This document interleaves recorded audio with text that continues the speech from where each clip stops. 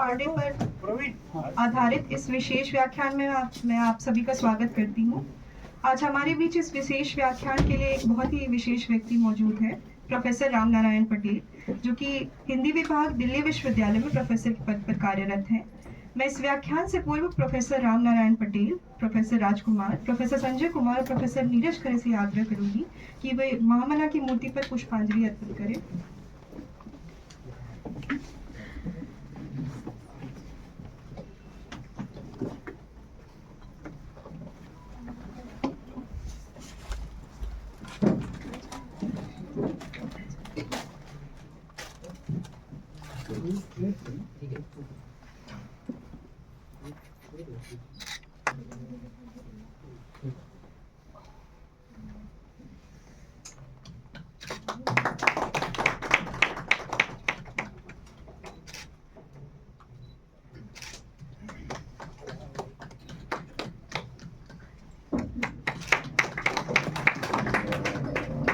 अब मैं प्रोफेसर राजकुमार, संजय कुमार और प्रोफेसर नीरज खरे से आग्रह करूंगी कि वे प्रोफेसर राम नारायण पटेल को मुंशी प्रेमचंद शोध अध्ययन केंद्र लम्ही से प्रकाशित पुस्तक प्रेमचंद और हमारा समय व उत्तरीय भेंट स्वरूप देकर उनका स्वागत करें। वो हाथ में दे दीजिए। ओके करा।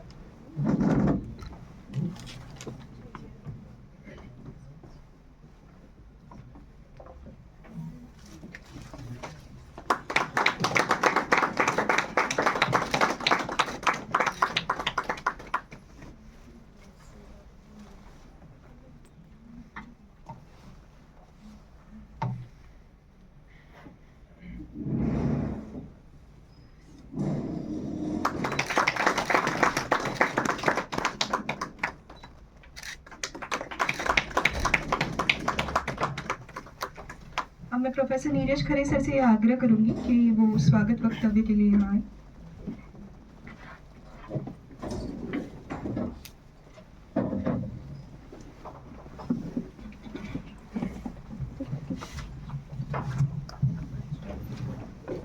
आपको चेयर इधर ले आ, कैमरा को इधर ले। साथियों, आज 3 संस्थाएं मिलकर प्रोफेसर राम नारायण पटेल जी का स्वागत करने के लिए यहाँ मौजूद हैं। और जैसा कि आप लोग जान रहे हैं, पहले से पता भी है कि यह आयोजन जो शॉर्ट नोटिस पर यानी शीघ्रता में तय हुआ और मालवीय मूल्य अनुशीलन केंद्र, अंतर सांस्कृतिक अध्ययन केंद्र और मुंशी प्रेमचंद स्मारक एवं शोध संस्थान लम्ही के संयुक्त तत्वावधान में आयोजित है। और इस जो आज का विषय रखा गया है, छायावाद और मुकुटधर पांडे, प्रोफेसर राम नारायण पटेल जी जो दिल्ली विश्वविद्यालय के हिंदी विभाग में प्रोफेसर पद पर हैं, उनसे जब हमारी बातचीत हुई तो उन्होंने बताया कि छायावाद पर उनका एक विशेष अध्ययन और काम रहा है और छत्तीसगढ़ में रहते हुए, वो मूलतः छत्तीसगढ़ के निवासी हैं पटेल जी, और मुकुटधर पांडे से उनका मिलना जुलना भी रहा है। हिंदी कविता में छायावाद और छायावाद के पूर्व और छायावाद के बाद बीच में एक ऐसा ये समय है जिसने हिंदी कविता को कई अर्थों में, विशेष रूप से वह समय स्वाधीनता आंदोलन का भी है और स्वाधीनता आंदोलन अपने निर्णायक दौर में पहुंच रहा है। महात्मा गांधी जी की उपस्थिति उसी समय होती है और इस तरह से छायावाद की जो प्रसिद्धि है, या जिस रूप में हम लोग हिंदी कविता में उसको एक महत्वपूर्ण प्रस्थान के रूप में जानते हैं, और प्रायः उसकी बातचीत त्रयी में या अधिक होकर 4 कवियों के बीच सिमट जाती है। और 4 स्तंभ हिंदी कविता में हम लोग याद रखते हैं और बहुत से जो नींव के पत्थर हैं या जिनका अवदान विस्मृत कर दिया गया, छायावाद में हम उनको शायद उतनी तवज्जो से या उतने महत्व से याद नहीं करते हैं। और उनमें से ही छायावाद को स्थापित करने का जिन्हें श्रेय दिया जाता है, या बहुत आरंभिक दौर में जब उन्होंने जबलपुर से प्रकाशित होने वाली एक पत्रिका में छायावाद पर लेख लिखा श्री मुकुटधर पांडे जी ने, और उनको लगभग विस्मृत कर दिया जाता है। तो छायावाद में अन्य प्रमुख कवियों के साथ, जिनको हम लोग पहले से जानते हैं और इस पूरे दौर को जिस रूप में समझते हैं, हमें लगता है कि आज का व्याख्यान जो उनके संस्मरणों पर या उनकी अपनी जानकारियों और अध्ययन पर केंद्रित है, आपके सामने बहुत महत्वपूर्ण पक्ष जो शायद हम लोगों के लिए अनजाने हों या उतने अच्छे से ना जानते हों, उन पर प्रकाश पड़ेगा और नई बातें सामने आएंगी। छायावाद और मुकुटधर पांडे, इसीलिए इस विषय का यह शीर्षक रखा गया है। और प्रोफेसर रामनारायण पटेल जी इस विषय पर अपने महत्वपूर्ण विचार, अपनी जानकारियाँ और जो उन्होंने अध्ययन किया है, जो बातें उनके मन में हैं, और वो सब शोधार्थियों के साथ, हम सबके साथ साझा करेंगे। इस अवसर पर वो एक अकादमिक कार्य से हिंदी विभाग में पधारे थे, लेकिन उन्होंने इस आयोजन के लिए अपना बहुमूल्य समय दिया और आप सबके बीच आज यहाँ उपस्थित हैं। मैं तीनों संस्थाओं, मालवीय मूल्य अनुशीलन केंद्र, अंतर सांस्कृतिक अध्ययन केंद्र और मुंशी प्रेमचंद स्मारक शोध संस्थान की ओर से, आप सभी की ओर से उनका हार्दिक अभिनंदन करते हैं और बहुत बहुत स्वागत करते हैं। बहुत ही शॉर्ट नोटिस पर या कहने पर यह आयोजन के लिए जो जगह और यह एक अनुकूल वातावरण, स्थान उपलब्ध हुआ, वो आप लोग जान ही रहे हैं कि अंतर सांस्कृतिक अध्ययन केंद्र और मालवीय मूल्य अनुशीलन केंद्र के ही सौजन्य से संभव हुआ है। प्रेमचंद शोध संस्थान तो लम्ही में है, वो लम्ही से उठ के आज सिंबॉलिक रूप से यहाँ मौजूद है, और इस तरह से 3 संस्थाएं मिल गई हैं। तो यह आयोजन इस तरह से जो आप देख पा रहे हैं, इसे संभव बनाने में प्रोफेसर संजय कुमार जी और प्रोफेसर राजकुमार जी का बहुत महत्वपूर्ण सहयोग प्राप्त हुआ है, और उन्होंने इस आयोजन को करने के लिए यहाँ सहमति दी। मैं उनका भी बहुत बहुत स्वागत और अभिनंदन करते हैं। इसके साथ ही प्रोफेसर रामनारायण पटेल जी अपने परिवार के साथ हैं, तो मैं थोड़ा नाम लता हाँ, लता पटेल श्रीमती लता पटेल जी जो उनकी धर्मपत्नी हैं, और उनके बेटे रवि, वो भी यहाँ मौजूद हैं। मैं उनका भी बहुत स्वागत करता हूँ। और इसके अलावा जो इस कार्यक्रम को भव्य बना रहे हैं, आप सभी की उपस्थिति, जो शोधार्थियों की उपस्थिति है, और हिंदी विभाग से हमारे अध्यापक साथी डॉक्टर लहरी राम मीणा जी, डॉक्टर मानसी जी, और अभी आए हैं डॉक्टर महेंद्र प्रसाद जी, आप लोग यहाँ आए हैं। और इसके अलावा जो हिंदी विभाग के शोधार्थी हैं, छात्र छात्राएं हैं, आप सभी इस आयोजन में उपस्थित हैं, और आपकी उपस्थिति से यह आयोजन गरिमापूर्ण होगा, ऐसी हमें उम्मीद है। आप सबका भी बहुत बहुत स्वागत और अभिनंदन। मैं ज़्यादा समय न लेते हुए अपनी बात को ही समाप्त करता हूँ, और बारंबार आप सभी का स्वागत करते हैं।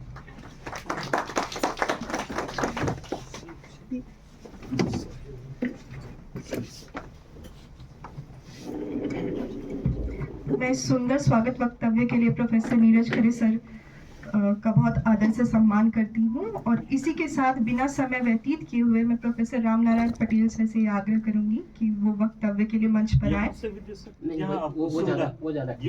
मैं आप सबसे अनुरोध करूंगी कि जोरदार तालियों से आप उनका स्वागत करें।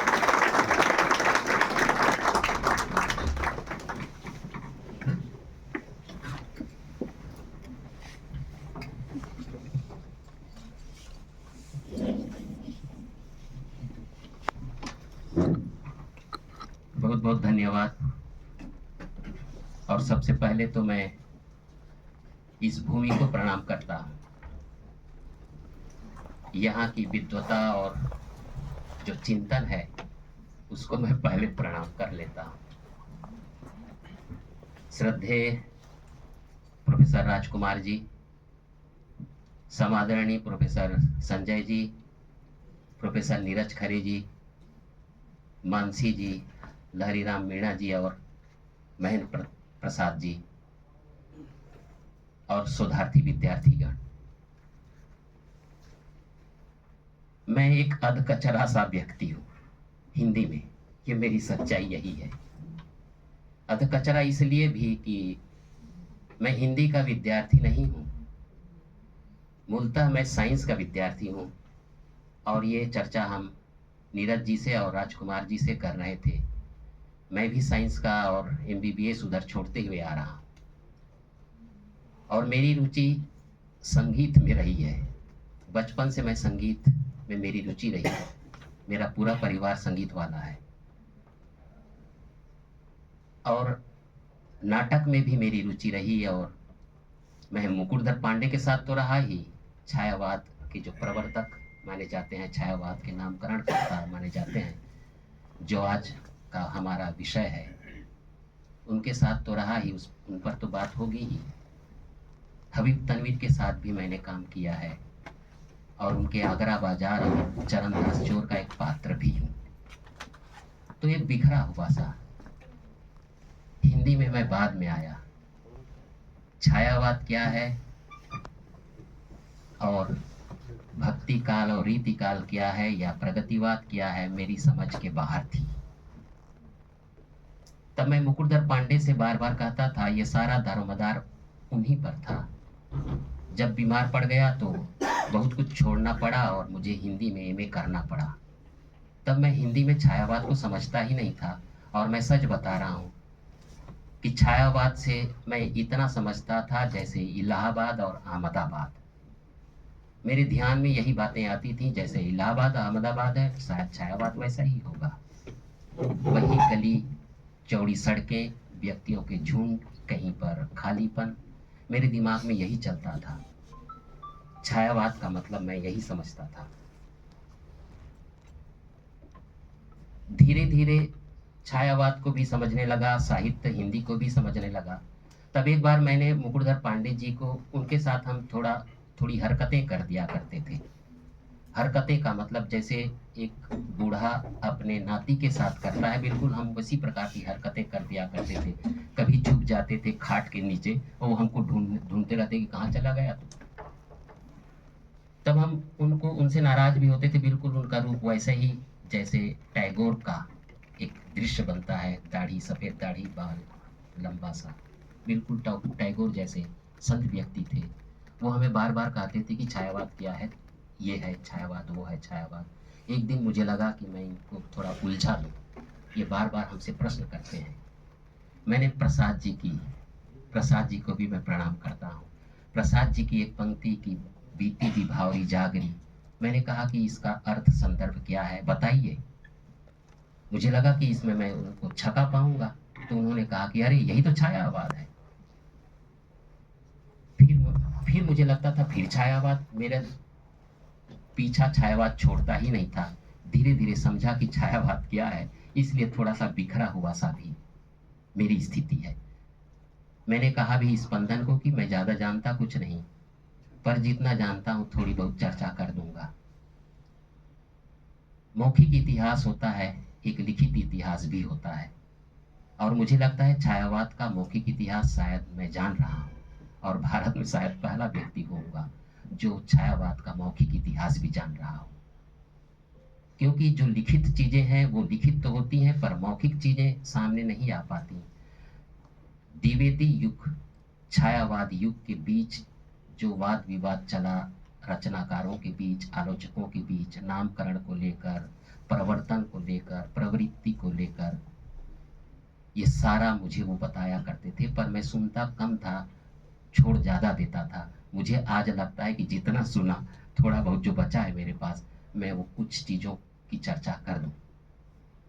जब हम छायावाद की बात करते हैं, अभी नीरज जी कह रहे थे कि एक पूरी परंपरा को लेकर चला है, एक सीमा रेखा है। और सचमुच में छायावाद एक सीमा रेखा है। सीमा रेखा इस अर्थ में कि हम कहते हैं कि छायावाद के पूर्व और छायावाद के बाद ये रेखांकित करने का अधिकारी वही होता है जो सचमुच में अधिकारी होता है, चाहे वो व्यक्ति हो या कोई वाद हो या कोई धारा हो, काव्य धारा हो। छायावाद एक ऐसी काव्य धारा है जो भक्ति आंदोलन के बाद पहली बार काव्य, कला, दर्शन, इतिहास, संस्कृति को लेकर चला। इसलिए हम कहते हैं कि छायावाद के पहले और छायावाद के बाद इसमें काव्य, कला, दर्शन, प्रकृति, कल्पना का जो सामंजस्य है, हम सीधा कह दें कि जीवन, जगत और प्रकृति के बीच जो सामंजस्य है वह अद्भुत है। ऐसा सामंजस्य ना तो हमको भक्ति काल में दिखाई देता है, ना रीति काल में दिखाई देता है। उनकी अपनी अलग प्रकृति थी। छायावाद की अपनी एक अलग प्रकृति है। वो एक पूरी परंपरा को लेकर चल रहा है, नवजागरण की पूरी परंपरा को लेकर चल रहा है। और इस पूरी परंपरा में छायावाद आता है, एक नई चेतना के साथ, एक नई उद्भावना के साथ, एक नई भाव व्यंजना को लेकर। इसलिए छायावाद भी ज़्यादा महत्वपूर्ण हो जाता है। छायावाद को समझने का मतलब है संस्कृत के कालिदास को भी समझना। छायावाद को समझने का मतलब है पूरी भारतीय हिंदी साहित्य की पूरी परंपरा को समझना और आने वाली परंपरा यानी कि प्रगतिवाद या प्रयोगवाद, जो भी वाद आए हों या आएंगे, शायद छायावाद के ऋणी रहेंगे, क्योंकि छायावाद ने बहुत कुछ संभावनाएं हमारे सामने छोड़ दी है। समय भले ही इसका कम रहा हो, पर कम समय में इतनी ज़्यादा प्रवृत्तियों को लेकर चलने वाली कोई काव्य धारा साहित्य में है तो वो छायावाद है। इसलिए हमें गर्व भी होता है इस बनारस से भी, क्योंकि इस बनारस ने भी छायावाद को बहुत कुछ दिया। कवि भी दिए, आलोचक भी दिया और बड़े बड़े समीक्षक भी दिए। इसलिए यह चेतना तो यही की देन है। पर इस चेतना में थोड़ी चर्चा मुकुटधर पांडे की भी है। मुकुटधर पांडे की इसलिए भी कि मुकुटधर पांडे एक गांव का व्यक्ति, बिल्कुल गंवैया व्यक्ति, ठेठ गांव का रहने वाला। वो सेली किट्स वायरन को पढ़ रहा है, वो रविन्द्रनाथ टैगोर को पढ़ रहा है और एक नई चेतना को लेकर संवाद कर रहा है अपने युग से।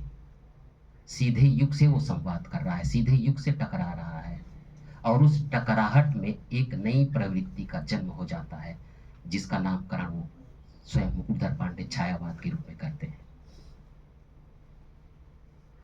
छायावाद के बारे में एक और चीज हमें समझ लेने चाहिए कि छायावाद जैसे ही हम कहते हैं उसके साथ साथ स्वच्छंदतावाद भी चलता है। अब ये स्वच्छंदतावाद की बात जब हम जैसे करते हैं तो वहां पर श्रीधर पाठक हमारे सामने आ जाते हैं। पर श्रीधर पाठक, जैसे आचार्य शुक्ल ने कहा, आचार्य शुक्ल ने कि स्वच्छंदतावाद का पहला आभास श्रीधर पाठक की रचनाओं में दिखलाई पड़ता है। पर एक साहित्य के विद्यार्थी होने के नाते मेरे मन में भी एक जिज्ञासा होती है कि क्या ये सच है। तुम थोड़ा और आगे निकलते हैं, पीछे की ओर चले जाते हैं तो लगता है कि वो ठाकुर जगमोहन सिंह के पास भी दिखलाई पड़ता है। भारतेंदु युग में ठाकुर जगमोहन सिंह, जो भारतेंदु के सखा भी थे, सहपाठी भी थे और उनके बड़े अभिन्न मित्र थे। और वो भारतेंदु, नीरज जी जान रहे हैं, विजय राघवगढ़ से हमारा छत्तीसगढ़ चले आते हैं, वो हमारा ही एरिया, और वहाँ पर डिप्टी कमिश्नर बन जाते हैं और वहीं पर सारी रचना की शुरुआत उनकी हो जाती है। बनारस के मित्र को छोड़कर छत्तीसगढ़ चले जाते हैं और एक तरफ भारतेंदु मंडल का निर्माण होता है और दूसरी तरफ जगमोहन मंडल का छत्तीसगढ़ में। यहाँ भारतेंदु मंडल में भी 8-10 कवि और वहाँ भी जगमोहन मंडल में 8-10 कवि। और मुझे तो लगता है कि भारतेंदु युग में यदि कोई सबसे प्रगतिशील कवि कोई रहा हो तो वो ठाकुर जगमोहन सिंह थे। उनकी रचना में प्रगतिशीलता की प्रवृत्ति ज्यादा थी और उनके बारे में भी मुझे मुकुटधर पांडे बताते भी थे। बहुत सी चीजें ऐसी हैं जो हम सभा मंचों में नहीं कह सकते, पर एक बहुत संक्षेप में एक चीज चर्चा करते हुए मैं आगे अपनी बात रखूंगा। ठाकुर जगमोहन सिंह की रचना की एक खास विशेषता की उनकी रचनाओं के नाम श्यामा नाम से है। श्यामा सुंदरी, श्यामा श्यामा स्वप्न। श्यामा स्वप्न, सब श्यामा पे है। ये श्यामा है कौन? हम जिज्ञासा करते थे कि हम गांव में उधर कहते थे, पंडित को महाराज कहते हैं, उधर हमारे छत्तीसगढ़ में पंडित जो होते हैं महाराज, महाराज ये श्यामा कौन है? तो कहते थे तुम अभी बच्चे हो, नहीं समझ पाओगे श्यामा कौन है। फिर बाद में उन्होंने बताया कि श्यामा कोई और नहीं, श्यामा एक लक्ष्मी नाम की गांव की रहने वाली थी, जो बहुत सुंदर रही होगी। और वो तो राजा थे, ठाकुर जगमोहन सिंह राजा आदमी, उनसे प्रेम करते थे। पर उनका प्रेम गांव में एक होती है ना कि एक चर्चा की भाई वो उससे प्रेम करने लगा, छोटी बातें बड़ी करते हैं, मर्यादा रखने के लिए उन्होंने उनका नाम श्यामा रख दिया।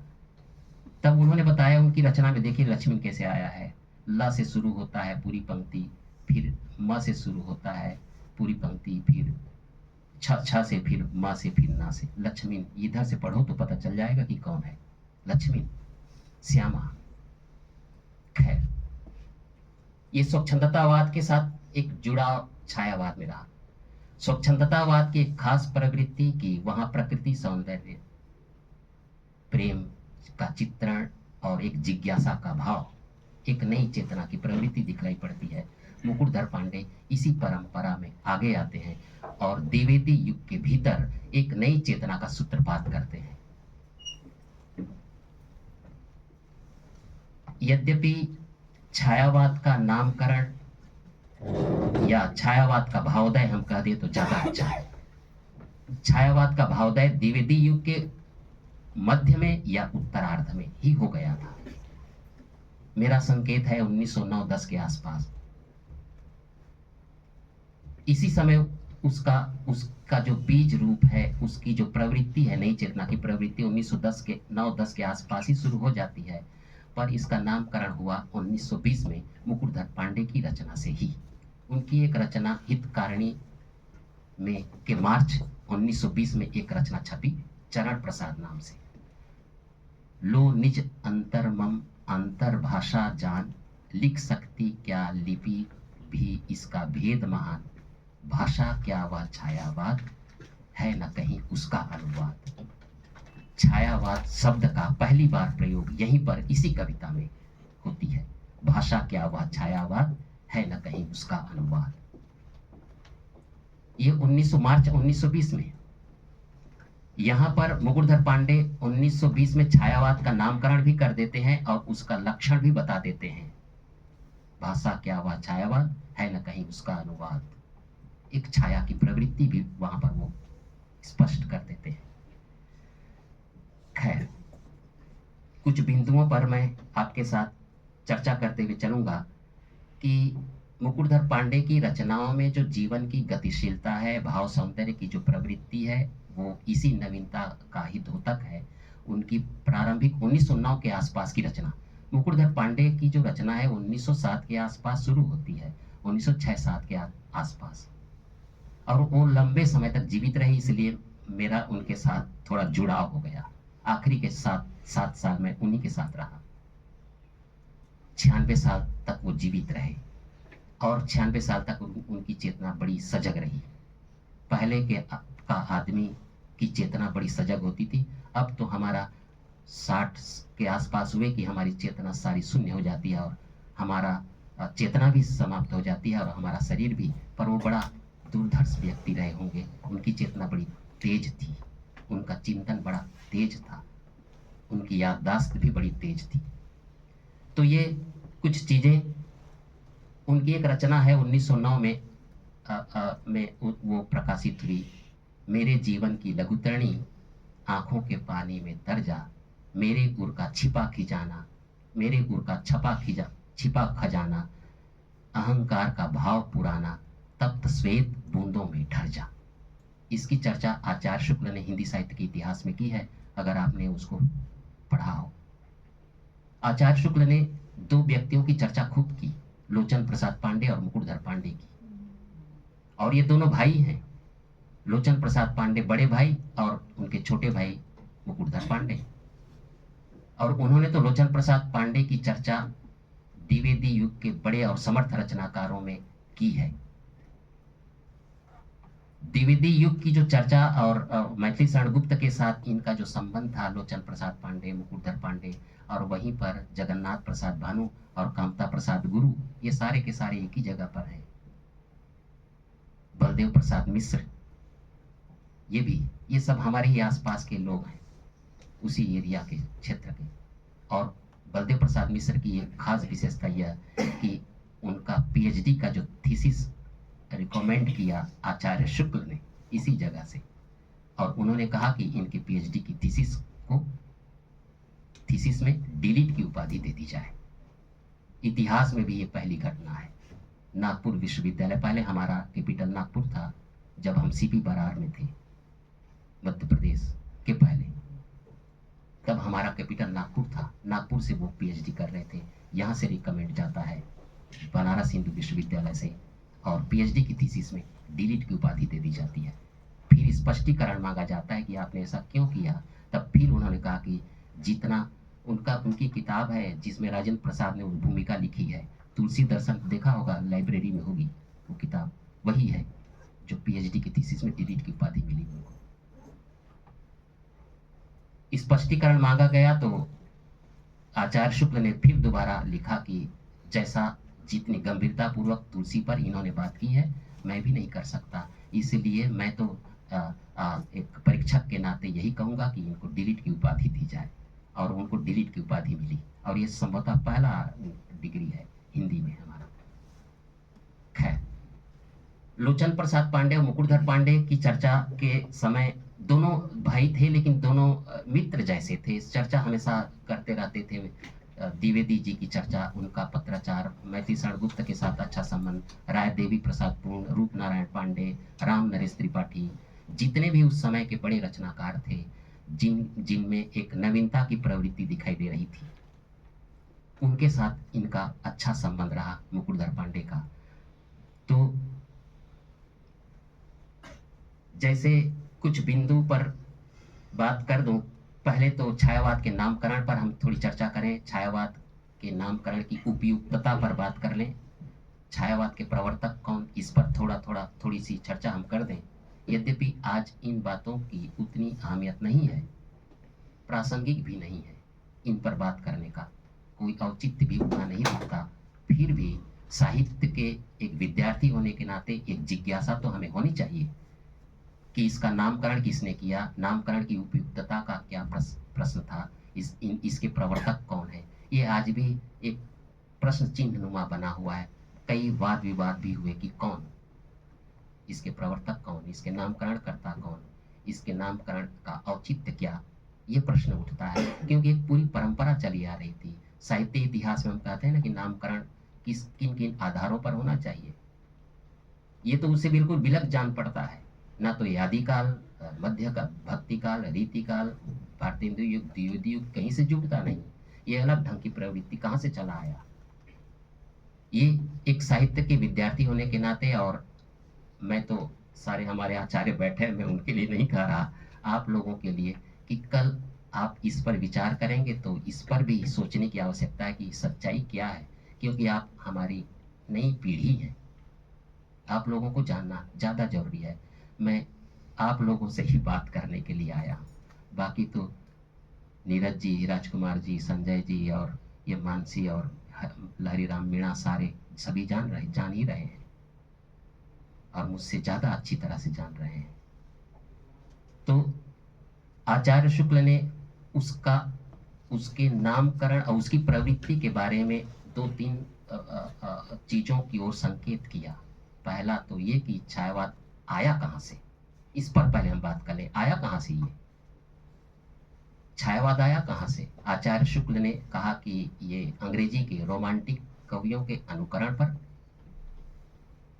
फिर उन्होंने कहा कि बंगला का इस पर प्रभाव। फिर उन्होंने पुराने ईसाई संतों के फैंटास्माटा, छायाभास के अनुकरण से जोड़ लिया। यहाँ पर हमारे सामने एक प्रश्न उठता है। ये चीजें हम मुकुटधर पांडे से पूछते थे कि है क्या मामला भैया, बताएं आप महाराज, बताएं क्या है मामला। यदि भी हम कुछ नहीं जानते थे लेकिन ऐसे ही पूछने के लिए पूछ देते थे, तो वो सारी चीजें बताते थे। और मुझे आश्चर्य होता है कि आचार्य शुक्ल मुकुटधर पांडे और लोचन प्रसाद पांडे को बहुत गहराई से पढ़ रहे थे। और उन्होंने तो ये भी कहा, मुकुटधर पांडे ने, कि आचार्य शुक्ल को जो शैली मिली वो लोचन प्रसाद पांडे और उधर उनके मामा अनंतराम पांडे जो बालकृष्ण भट्ट के रचनाकार, विशेष रचनाकारों में थे, हिंदी प्रदीप निकालते थे और हिंदी प्रदीप में इनकी रचनाएं छपा करती थी। हिंदी प्रदीप की एक खास विशेषता भी थी, वो सारी रचनाओं को हिंदी में छापते थे, चाहे बंगला हो, उड़िया हो। और ये लोग बंगला उड़िया अच्छी तरह से जानते थे, हिंदी से ज़्यादा। अंग्रेजी, हिंदी, बंगला और उड़िया, इसके अतिरिक्त तो उर्दू, फारसी भी जानते थे ये दोनों भाई। और बड़े विद्वान भी थे, अधिकारी विद्वान भी थे। और हमारा जो क्षेत्र है ना, वो उड़ीसा से लगा हुआ है, इसलिए हम रायगढ़ का, इसलिए नज़दीक उधर उड़ीसा हमारा क्षेत्र पड़ जाता है और बंगाल से हमारा सीधा जुड़ाव हो जाता है। शायद आचार्य शुक्ल को लगा होगा इनके लेख और कविताओं को पढ़ने के बाद या पत्राचार के बाद, वो संकेत करते भरते इतना कि शायद आचार्य शुक्ल ने इसी को आधार बनाया होगा कि ये अंग्रेजी के रोमांटिसिज्म से, बंगला के अनुकरण से आया। बस ये जो ईसाई फैंटास्माटा की बात उन्होंने की, उससे वो सहमत नहीं हो पाते थे। पर इन दोनों चीज़ों से मुकुटधर पांडे सहमत होते थे।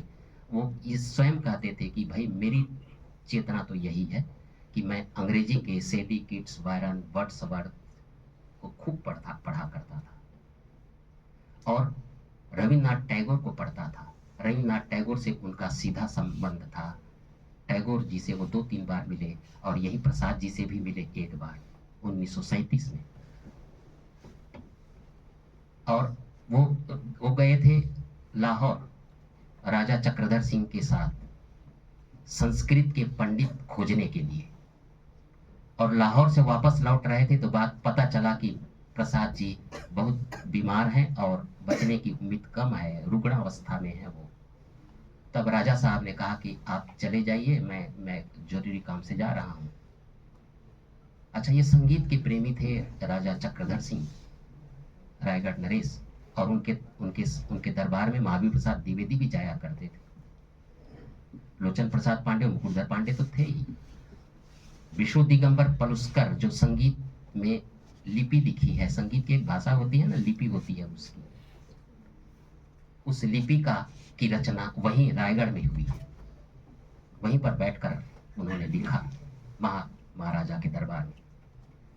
प्रसाद जी जब बनारस आए यहीं, तो उन्होंने कहा वही धोती कुर्ता, सफेद साड़ी, धोती कुर्ता, सहज गांव का व्यक्ति जैसे आता है वैसे ही आ गए थे।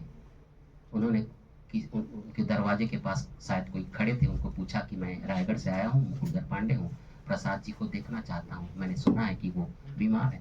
तो उन्होंने कहा कि नहीं भैया, वो सो रहे हैं, आराम कर रहे हैं, अभी किसी से बात नहीं कर रहे, वो बिल्कुल चुप है, आप लौट जाइए। तो उन्होंने कहा कि भाई इतनी दूर से आया हूँ, इतना मेरा संदेश तो पहुँचा दो कि मुकुटधर पांडे है रायगढ़ से। तो उन्होंने कहा टूटे मन से कि ठीक है, जब नहीं आप नहीं मान रहे तो मैं जाके सुना देता हूँ। और उन्होंने प्रसाद जी को जैसे ही कहा कि मुकुटधर पांडे आए हैं रायगढ़ से, प्रसाद जी की चेतना तो एकदम से सचेत हो गई और खाट पर सोए थे शायद, वो बैठ गए, आंख बंद किए हुए थे और हाथ जोड़े हुए थे। मुकुटधर पांडे उनके पास आए। देखिए, ये बात कहते हुए मेरे भीतर भी एक रोमांच हो रहा है। ये सारी चीजें वो हमें बताया करते थे। तब प्रसाद जी के पास जाकर उन्होंने जब कहा कि मैं मुकुटधर पांडे रायगढ़ से आया हूँ आपका दर्शन करने के लिए, मैं आपको नमस्कार करता हूँ।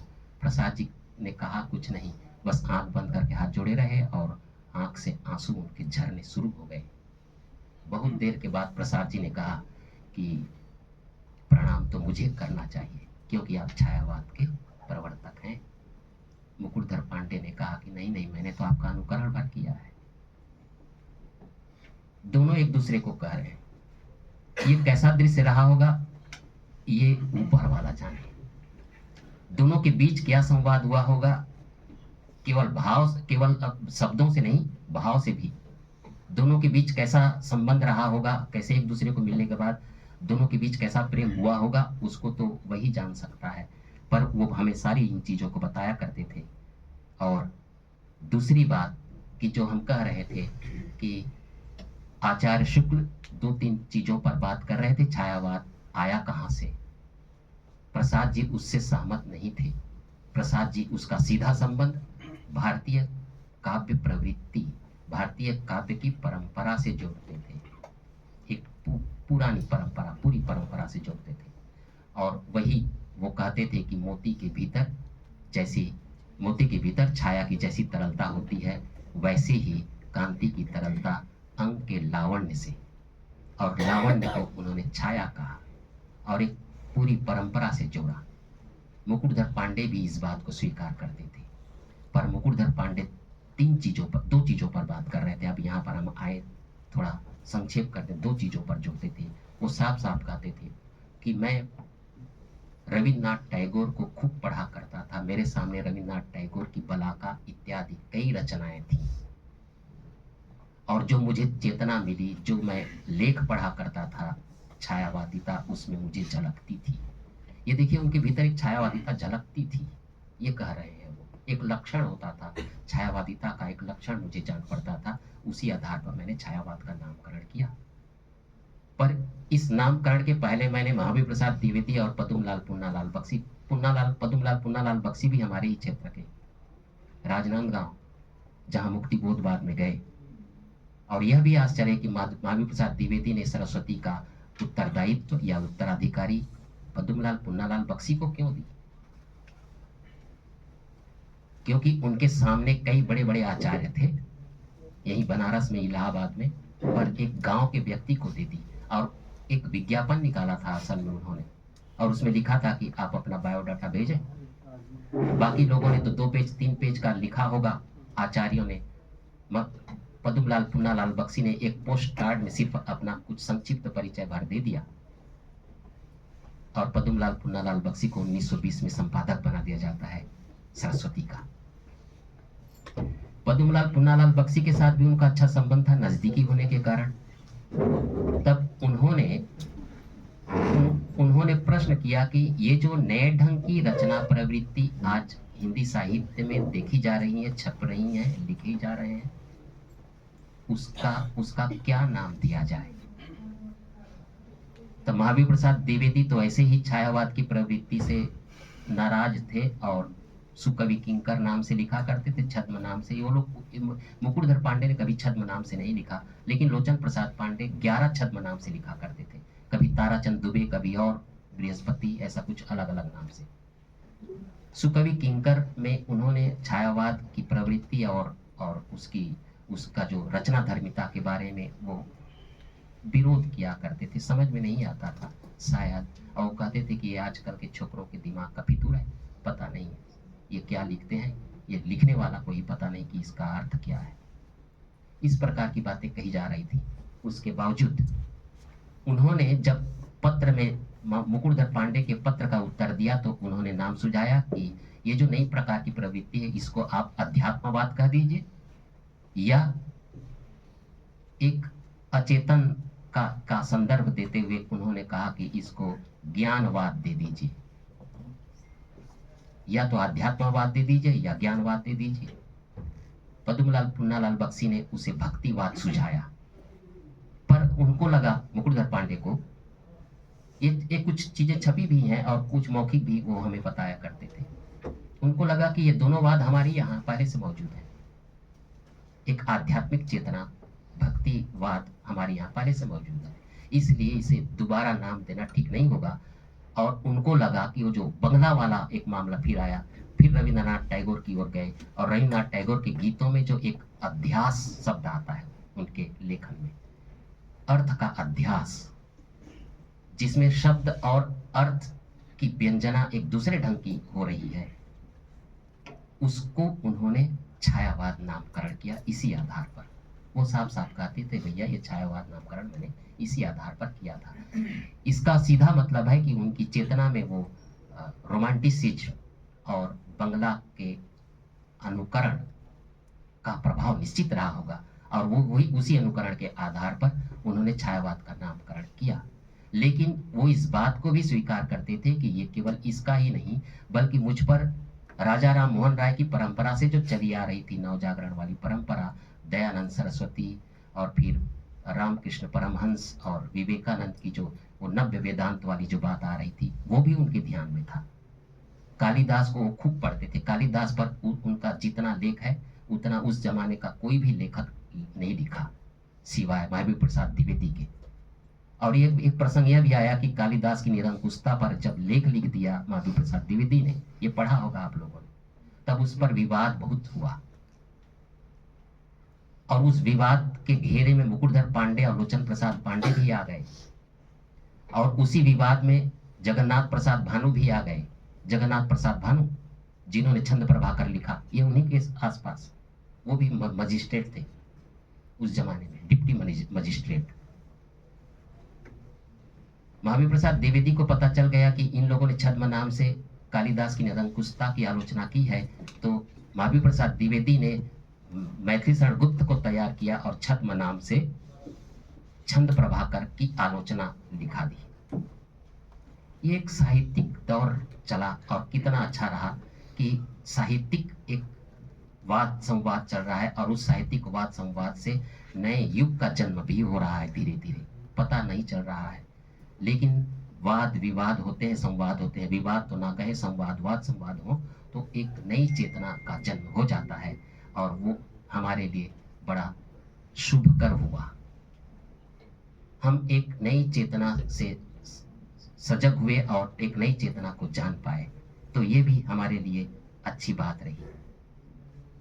उनकी एक दूसरी बात यह भी कहा जाता है कि क्या छायावाद दो विश्व युद्धों के बीच की काव्य प्रवृत्ति है।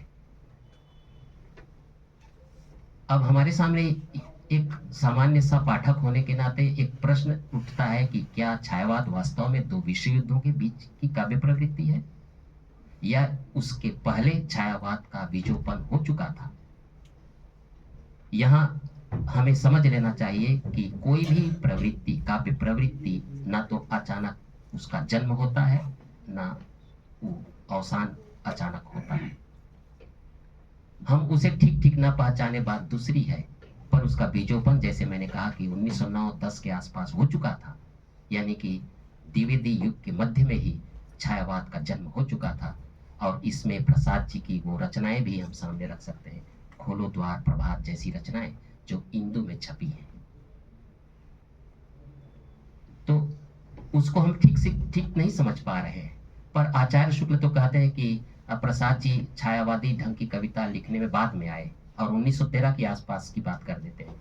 1913 के आसपास प्रसाद आए, इसके पहले तो वो ब्रज भाषा में या ब्रज और खड़ी बोली मिश्रित रचनाएं लिख रहे थे कलाधर उपनाम से।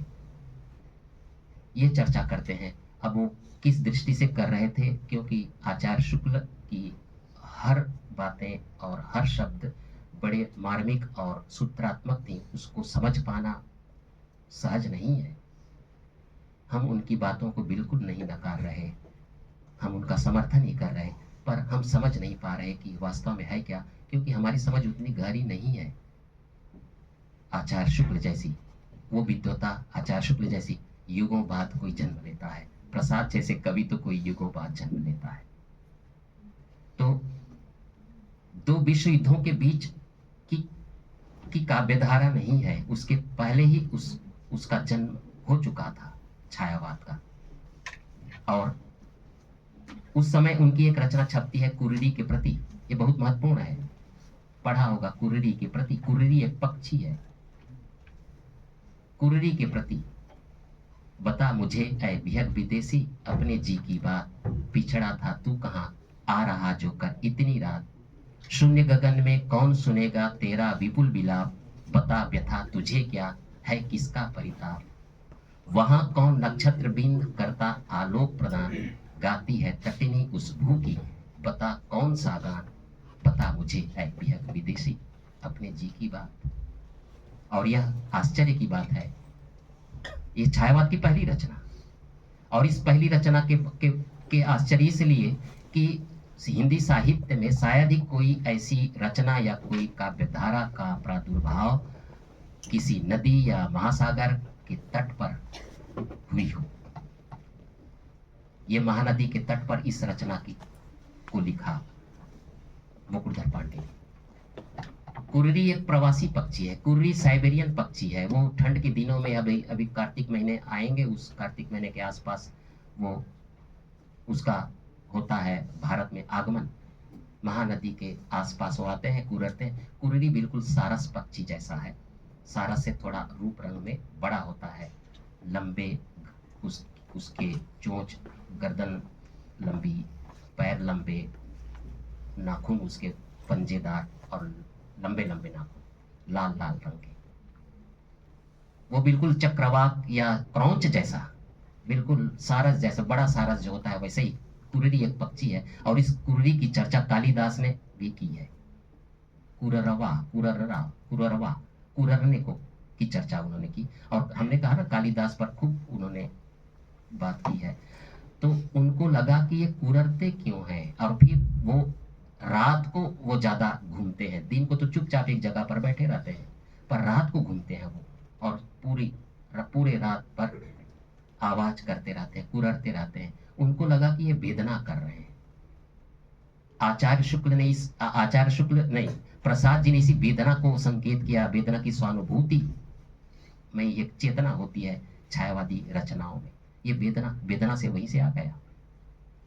एक पक्षी के कुररने को कवि वेदना समझता है, और उस वेदना से प्रश्न करता है, उस प्रकृति से प्रश्न करता है, उस पक्षी से प्रश्न करता है। पक्षी तो प्रकृति है, उस प्रकृति से सीधा प्रश्न कर रहा है कि बता मुझे ऐ बिहग विदेशी अपने जी की बात, पिछड़ा था तू कहाँ, आ रहा जो कर इतनी रात में तू, तेरे कुररने का कारण क्या है बता। और तू कुररता है आकाश में, वहां कौन नक्षत्र बिंद करता आलोक प्रदान, गाती है तटिनी उस भू की, बता कौन सा गान। ये जो एक जिज्ञासा का भाव, एक कुतूहलता का भाव यहां से शुरू हो रहा है। छायावाद में कुतूहलता, जिज्ञासा की प्रवृत्ति, रहस्यवादी चेतना, आध्यात्मिक चेतना, आत्मा विव्यंजना की प्रवृत्ति, ये छायावाद की मूल विशेषताएं रही हैं। और इस रचना में भी वही मूल विशेषता। और मुझे तो लगता है, मैं तो ज़्यादा नहीं जानता, संस्कृत के तो यहाँ कोई विद्यार्थी नहीं है, मैं संस्कृत वाले होते तो मैं उनसे थोड़ी जिज्ञासा में अपनी रखता। इसका संबंध मैं क्रौंच पक्षी से करता हूँ। कुर्री और क्रौंच में ज़्यादा अंतर भी नहीं है, दोनों पक्षी हैं, और क्रौंच भी कुर्री जैसा ही है। वहां पर आदि कवि ने उसकी वेदना को देखकर उनके मुख से वो श्लोक फूट पड़ा, और उसी वेदना से, कुर्री पक्षी की वेदना से एक युग का जन्म हो जाता है। एक में करुणा मिश्रित क्रोध है, तो दूसरे में सहानुभूति या वेदना मिश्रित राग विराग है। एक में अभिशाप भी है, मां निषाद प्रतिष्ठान त्वमगमा शाश्वती समा, यत क्रौंच मिथुनाम तेकम वधी काम मोहितम। ऐ निषाद, जा तू कभी भी प्रतिष्ठा को प्राप्त नहीं करेगा। ये निषाद कौन है, मैं इसी बिंदु पर बात करना चाहता हूं। निषाद कौन है? ये निषाद शक्तिशाली है। शक्तिशाली है का मतलब वो सामंत है, और क्रौंच एक आम जन है। वो शक्तिशाली है, चाहे किसी को भी वेद दे, और क्रौंच जो सामान्य है, कोई भी उस पर प्रताड़ित कर दे, शोषण कर दे। ठीक वैसे ही यहाँ भी कुर्री है, उनको लगने लगा, असल में राजा साहब भी पक्षी मारने जाते थे। पहले राजा महाराजा लोग बाघ तो मारते थे, लेकिन बाद के राजा लोग बाघ वाघ नहीं मारने लगे, वो पक्षी को मारने लगे तालाबों में जाकर। राजा साहब कहते थे कि चलो हम कुर्री को मारने चलते हैं, क्योंकि वो खाते थे बदक जैसा होता है ना बड़ा पक्षी। तब मुकुटधर पांडे कहते थे नहीं, ये देवता पक्षी हैं, इनको मत मारिए, ये बाहर से आए हैं, देवता पक्षी हैं, हमारे देश आए हुए साइबेरियन पक्षी। तो उनको वेदना एक जान पड़ती थी, उसी वेदना से एक युग का जन्म हुआ, एक कविता की प्रवृत्ति का जन्म हुआ। तो एक सामंत और साम्राज्यवादी प्रवृत्ति यहां पर भी प्रतीक रूप में आया। आ जाओ, ये हमारे विद्यार्थी हैं दिल्ली के। आ जाओ तुम लोग भी बढ़ जाओ। यही आपके भी विद्यार्थी हो गए हैं डॉक्टर साहब? यहीं से गए अच्छा, यहीं से गए हैं। हमें लगा कि उधर से यहाँ आए। कुछ यहीं से गए थे सर। MA के तो एक कुछ चीजें हैं, एक में मूर्छना की सी स्थिति है, तो दूसरे में एक जिज्ञासा का भाव भी है, एक जानने की प्रवृत्ति है। दोनों में लोक कल्याण का भाव बराबर विद्यमान रहे हैं। यही प्रवृत्ति हम बाद में पंत के यहाँ भी देखते हैं। प्रथम रश्मि का आना रंगिणी, तूने कैसे पहचाना, कहाँ कहाँ है बाल विहंगिनी, पाया तूने यह गाना। जड़ और चेतन के बीच सामंजस्य, जड़ और चेतन के बीच एक सामंजस्य जोड़ता है, और ये सामंजस्य को समझना हो बड़े स्तर पर व्यापक रूप में, तो हम प्रसाद जी के पास जाएं। कामायनी में, कामायनी की वो पहली पंक्ति, दूसरी पंक्ति, छंद का दूसरा, नीचे जल था ऊपर हिम था, एक तरल था एक सघन, एक तत्व की ही प्रधानता, कहो उसे जड़ या चेतन। एक जिज्ञासा का भाव, एक प्रश्न, एक कुतूहलता का भाव, और उसका उत्तर समरस थे जड़ या चेतन, सुंदर साकार बना था, चेतनता एक विलसती, आनंद अखंड घना था। समरस थे जड़ या चेतन, प्रश्न से शुरू होती है बातें, और उसका अंत उत्तर में समाप्त हो जाती है। ये कामायनी की आखिरी पंक्ति है, ये प्रारंभिक पंक्ति है, वो आखिरी पंक्ति समरस थे। तो एक जड़ और चेतन के बीच जो सामंजस्य है वो भी जुड़ता हुआ सा दिखलाई पड़ता है, और स्वच्छंदतावाद की अंतिम अवस्था यही है। स्वच्छंदतावाद की अंतिम अवस्था जड़ और चेतन का एकाकार हो जाना। छायावाद क्या यही है? क्या यही नहीं है? ये प्रश्न भी हमारे लिए एक छूट जाता है। और दूसरी बात कि एक चीज हम अक्सर कहते हैं कि छायावाद से अभिप्राय क्या है, इसके बारे में उन्होंने अपने संपर्क में आने वाले लोगों से, नामवर सिंह जी भी 2-3 बार गए। नामवर सिंह जी को मैंने कहा कि आप तो गए थे डॉक्टर साहब मुकुटधर पांडे जी के यहाँ, तो उन्होंने कहा कि आप कैसे जानते हैं मुकुटधर पांडे को? मैं नामवर सिंह जी को नहीं जानता था, दिल्ली गया तभी जाना, नाम तो सुना था, उनकी किताबें भी पढ़ी थी, पर उस रूप में सच में बता रहा हूँ मैंने नहीं पढ़ी थी, क्योंकि मेरा तो ध्यान अलग था, विज्ञान की ओर था। हम कौन छायावाद किताब को कौन पढ़े और क्या है हम नहीं जानते थे। पर दिल्ली आने के बाद मैं उधर संबलपुर और फिर बिलासपुर से घूमते घामते दिल्ली आया। संबलपुर यूनिवर्सिटी, फिर बिलासपुर यूनिवर्सिटी, फिर दिल्ली। पर इस घुमाव में लाभ भी मुझे बहुत हुआ। तब नामवर जी को जैसे ही मैंने मुकुटधर पांडे की बात बताई, तो नामवर जी भी वैसे ही चुप हो गए, एकदम मौन से हो गए। पता नहीं वो किस दुनिया में चले गए, मुझे नहीं पता। पर नामवर सिंह जी बाद में बताए कि मुकुटधर पांडे का बहुत सम्मान करते थे वो, और 2 बार मिलने ही गए थे रायगढ़। तो उन्होंने कहा कि मैं गया था रायगढ़ मुकुट के दर्शन के लिए, और मैं उनसे कुछ जिज्ञासा मेरी होती थी। तब वो छायावाद नाम की किताब लिखी नहीं थी, उसके पहले एक बार गए और उसके बाद उनकी जो किताब है ना छायावाद, वो 1955 में आई, 54-55 में वो उन्होंने लिखा, 55 में वो आई किताब। तो वो भी उस बात को लेते थे, तो वही कहते थे कि आप कुछ उन पर लिखिए। जब हम उनको पता चला कि मैं उनके साथ रहा, तो मैंने थोड़ा मेहनत की, और सचमुच मैंने खून जला दी एक किताब के लिए, छायावाद और मुकुटधर पांडे। बहुत सी चीज़ें वहाँ आई हैं, बहुत सी चीज़ें छूट सी गई हैं, बहुत सी चीज़ें और लिखने हैं, बहुत सी चीज़ें मौखिक रह गई हैं, और उसका किस रूप में कहाँ प्रयोग किया जाए मैं समझ नहीं पा रहा हूँ। प्रयास करूँ कि वो थोड़ा सा और आ जाए।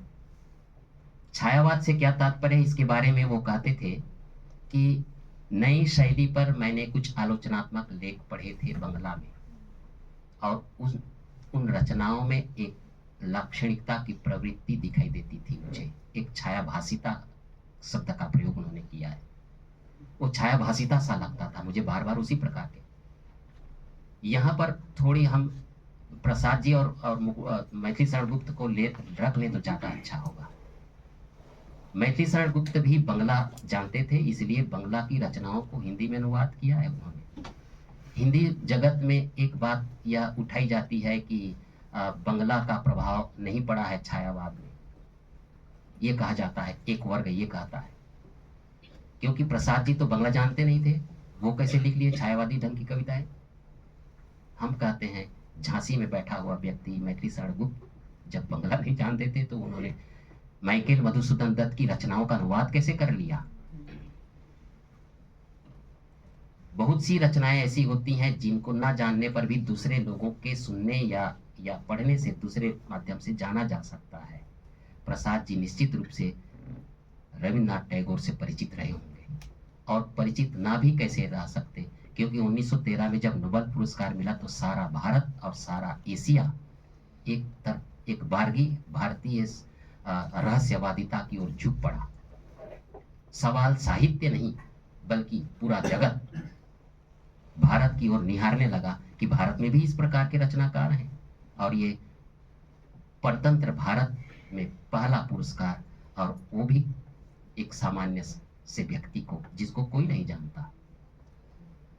तो नोबेल पुरस्कार 1913 में मिलता है, और 1913 के बाद पूरा का पूरा साहित्य जगत, हिंदी का ही नहीं बल्कि बंगाली, असमिया, उड़िया, कन्नड़ इत्यादि सारी भारतीय भाषाओं में उस ढंग की रचनाओं का एक अंबार सा आ गया। मैं बाकी भाषाओं को तो नहीं जानता नज़दीकी से, पर उड़िया जरूर जानता हूँ।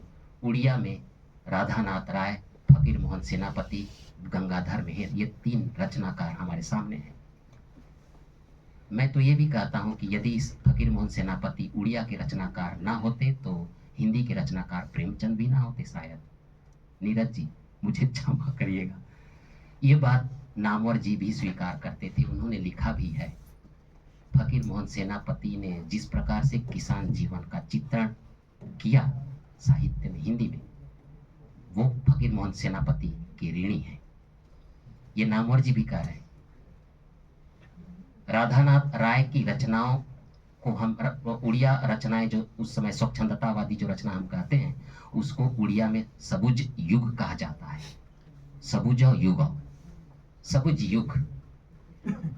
और उस सबुज युग की खास विशेषता यह है कि वो सीधा सीधा वही Shelley Keats, Byron, Wordsworth, T S. Eliot की रचनाओं की प्रकृति चित्रण, मानवतावादी चित्रण, प्रेम और सौंदर्य, रहस्यवादी भावना सबको अपनाया हुआ है। उसके बाद छायावाद आता है, और इधर बंगला में भी उसी प्रकार की रचनाएं लिखी जा रही हैं।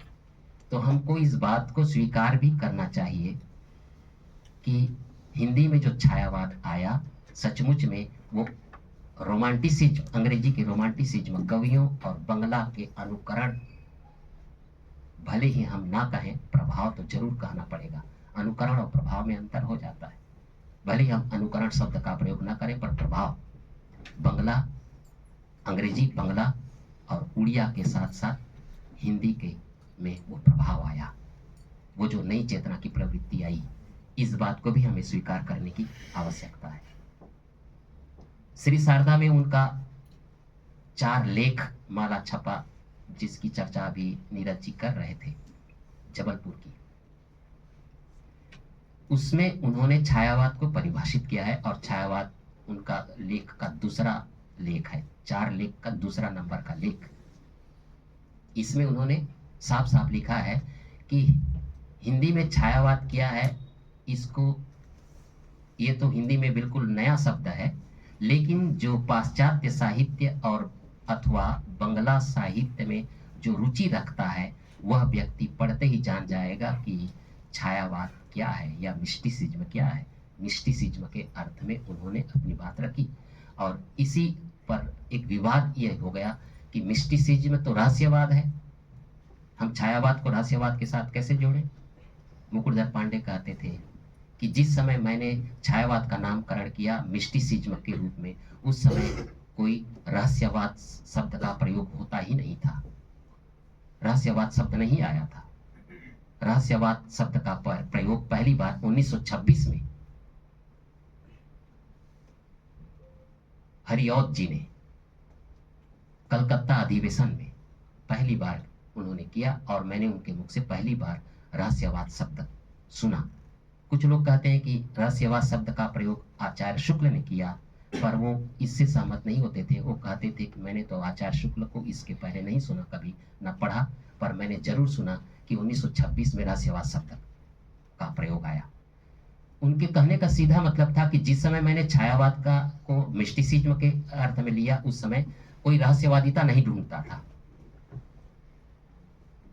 रहस्यवाद शब्द आया ही नहीं था, कोई रहस्यवादिता ढूंढता ही नहीं था। और फिर उन्होंने माधुरी के 1926 में एक लेख भी लिखा, वो प्रकाशित है, मिस्टिसिज्म का हिंदी पर्याय, इस नाम से एक लेख आया। इसमें उन्होंने स्पष्टीकरण भी दी कि ये बंगला में नहीं लिखा जाता था, छायावाद नहीं कहा जाता था। मिस्टिसिज्म का अर्थ मैं रहस्यवाद के अर्थ में भी नहीं लेता था, लेकिन एक आध्यात्मिक प्रवृत्ति जो दिखलाई पड़ रही थी, एक आध्यात्मिक चेतना, एक रहस्यवादिता की प्रवृत्ति दिखलाई पड़ रही थी, एक भाव व्यंजकता की प्रवृत्ति दिखलाई पड़ रही थी, एक शब्द और अर्थ में जो सामंजस्य नहीं बैठ पा रहा है, एक छायावादिता, छायाभाषिता की एक प्रवृत्ति दिखलाई पड़ रही थी। उन्हीं प्रवृत्तियों के आधार पर मैंने छायावाद का नामकरण किया था। ये वो साफ साफ कहते थे। तो जिस व्यक्ति ने नामकरण किया हो, जो जिस प्रवृत्ति को जो जिसने जिया हो, उसकी बातें ज्यादा प्रामाणिक हैं, क्योंकि वो उसी धारा में चला आ रहा है। शायद इसीलिए आचार्य शुक्ल ने अपने हिंदी साहित्य के इतिहास में इनको इसी नवीन प्रवृत्ति के कारण और इनको और मैथिली शरण गुप्त को छायावाद के पहले कवि माना। और उसमें भी, इन दोनों में भी, मैथिली शरण गुप्त और मुकुटधर पांडे दोनों का नाम लिया। और फिर आगे लिखते हुए उन्होंने कहा कि मैथिली शरण गुप्त तो किसी बंधी बंधाई प्रणाली पे चलते नहीं थे, लेकिन मुकुटधर पांडे एक नवीन चेतना को लेकर चल रहे थे, एक ही धारा में। इतना लिखा। इसका अर्थ यह हम निकाल सकते हैं कि मुकुटधर पांडे को मैथिली शरण गुप्त से ज्यादा प्राथमिकता दे रहे थे, यद्यपि उन्होंने मैथिली शरण गुप्त की रचनाओं को भी उदाहरण के रूप में दिया है, बख्शी जी की भी रचनाओं को दिया है, और वहां पर मुकुटधर पांडे की उसी रचना मेरे जीवन की लघुतरणी आंखों के पानी में तर्जमा, इसकी भी चर्चा उन्होंने की है। तो ये तो चीजें कुछ हैं।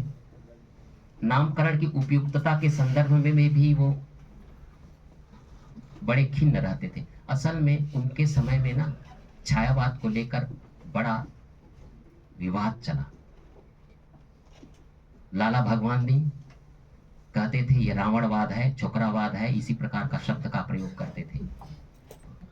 ये उन्हीं के शब्द हैं, छोकरावाद, रावणवाद, नवसिखियावाद। महावीर प्रसाद द्विवेदी ये इस प्रकार की बातें करते थे। तो मैं मुकुटधर पांडे विक्षिप्त से हो गए सचमुच में। 24 साल की उम्र में उन्होंने हिंदी में छायावाद नामक निबंध लिखा है 4।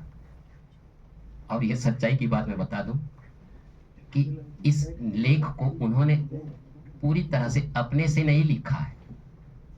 वो कहते नहीं थे, पर उनकी बातों से यह साफ साफ झलकती थी कि इस लेख को लोचन प्रसाद पांडे ने लिखने में बड़ी मदद की, और इसका अधिकांश भाग लोचन प्रसाद पांडे को जाना चाहिए था, पर नाम से छपा मुकुटधर पांडे के।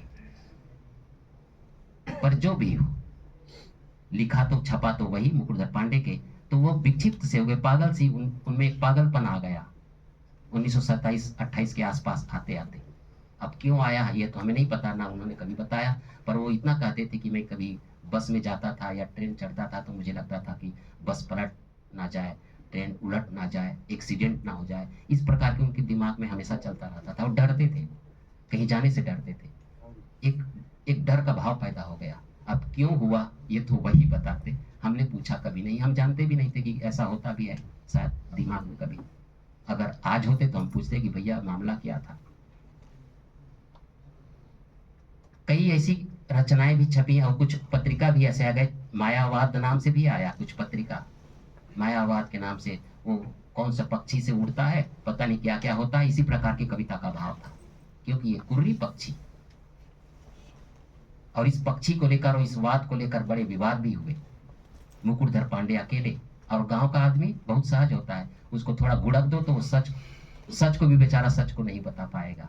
इस प्रकार का बेहद सहज, सरल और उतने ही उदार व्यक्ति, वो चालाकीपन नहीं जानता, वो बिल्कुल सुर की गोपिकाओं की भांति। गोपिकाएं कहते नहीं कि भैया उद्धव, ये ज्ञान योग की बात तुम अपने पास रखो, हम तो गांव की ग्वालीन हैं, हम चालाकी नहीं जानती, शहर की चालाकी हम नहीं जानती, और तुम तो शहर से आए हो भैया। उद्धव शहर से आया है, मथुरा से आया है, मथुरा शहर है, वृंदावन गांव है। ग्राम्य संस्कृति और शहरी संस्कृति का भी एक जुड़ाव वहां पर सूरदास कर रहे थे, और उस जुड़ाव में एक ग्राम्य संस्कृति को ज्यादा प्राथमिकता दे रहे थे। तो गांव का जो आदमी होता है सहज होता है, वो चालाकी पर नहीं जानता, सहजता होती है। तो मुकुटधर पांडे में एक सहजता थी, इसलिए वो शायद वो प्रभाव उन पर पड़ा हो और इस प्रकार की एक विक्षिप्त सी मानसिकता हो गई हो। और आश्चर्य है कि उसके कारण उनकी सारी रचना धर्मिता प्रभावित हुई, और 1927-28 के बाद वो रचना उस प्रकार के नहीं लिख पाए जिस रिदम के साथ वो लिख रहे थे। यदि उस रिदम के साथ लिखते तो वो शायद बड़े रचनाकार के रूप में उभर कर सामने आते। पर हमने इतना सुना या सुनते हैं या पढ़ते हैं कि मुकुटधर पांडे ने छायावाद का नामकरण किया, इसके बाद हर आलोचक आगे निकल जाता है, क्या किया, कैसे किया, वो सारा का सारा दारो मदार खत्म हो जाता है। वो अच्छा हो और धन्यवाद आचार्य शुक्ल को कि उन्होंने उन पर बहुत कुछ लिखा, और बाद में नामवर सिंह जी ने छायावाद किताब में भूमिका में ही बहुत कुछ लिखा। निराला और पंत तो बाद में आते हैं, पर पंत जी ने भी उस लपेटे में आ जाते हैं। छायावाद के 60 वर्ष के बाद एक किताब उनकी आती है छायावाद पुनर्मूल्यांकन में, और उस पुनर्मूल्यांकन में मूल्यांकन करते करते अपना ही मूल्यांकन कर लेते हैं, प्रसाद जी को ही पीछे छोड़ देते हैं और छायावाद के प्रवर्तक खुद अपने आप को मान लेते हैं। यह भी बड़ा आश्चर्य है, पर क्या होता है हमें नहीं पता। पर यह प्रश्न आपके लिए भी कि आप इसकी पड़ताल करें कि छायावाद का प्रवर्तक कौन। यदि परिमाण की दृष्टि से देखा जाए और रचनागत प्रवृत्ति की दृष्टि से देखा जाए और लंबे समय तक देखा जाए तो निसंदेह प्रसाद जी छायावाद के प्रवर्तक हैं, इसमें दो मत बिल्कुल नहीं। पर प्रारंभिक रचना प्रवृत्ति को देखा जाए, एक नवीनता की प्रवृत्ति को देखा जाए, तो निश्चित रूप से छायावाद के प्रवर्तक मुकुटधर पांडे होंगे।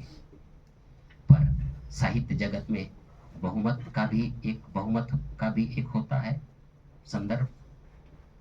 हम प्रसाद जी की प्रतिभा को बिल्कुल नमन करते हैं, और छायावाद के प्रवर्तक मैं भी आज उन्हीं को ही मानता हूँ। दूसरी बात है कि मैं ये भी कह देता हूँ कि छायावाद के प्रवर्तकों में मुकुटधर पांडे भी है। इन्हीं दोनों को ले लिया जाए तो ज़्यादा अच्छा है। प्रसाद तो है ही, लेकिन कुछ लोगों ने पंत को मान लिया, कुछ लोगों ने निराला को माना, कुछ लोगों ने माखनलाल चतुर्वेदी को भी माना है। प्रभाकर माचवे और विनय मोहन शर्मा भी उसी रायगढ़ में थे, प्रिंसिपल थे वो उसी कॉलेज में जिस कॉलेज में मैं पढ़ा। विनय मोहन शर्मा आचार्य हजारी प्रसाद द्विवेदी के समधी। फिर रामेश्वर शुक्ल अंचल भी उसी कॉलेज में थे, प्रिंसिपल थे वो भी। और इनके बीच मुकुटधर पांडे थे, नंदुलारे वाजपेयी, जिन्होंने छायावाद पर बड़ी कृपा की है। छायावाद पर अगर किसी ने गंभीरतापूर्वक विचार पहले पहल की तो वो आचार्य नंदुलारे वाजपेयी। तो ये सारा संदर्भ है। प्रसाद जी और मुकुटधर पांडे की रचनाओं में हम प्रसाद जी को भी इसमें रख लेते हैं। प्रसाद जी और मुकुटधर पांडे की रचना की 3 खास विशेषता थी। एक है रोमांटिसिज्म, दूसरा है क्लासिसिज्म, और तीसरा रिवाइवलिज्म।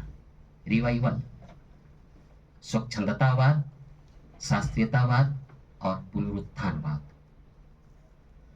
स्वच्छंदतावाद में सौंदर्य की प्रवृत्ति, मानव प्रेम और प्रकृति चित्रण की प्रवृत्ति ज्यादा है। तो शास्त्रीयतावाद में जीवन और जगत के प्रति एक दृष्टि भी, और मानव जीवन के प्रति एक अभिजात दृष्टि कहे तो ज्यादा अच्छा है। और रिवाइवलिज्म यानी कि पुनरुत्थानवाद में भारतीय पुनरुत्थान की प्रवृत्ति ज्यादा है।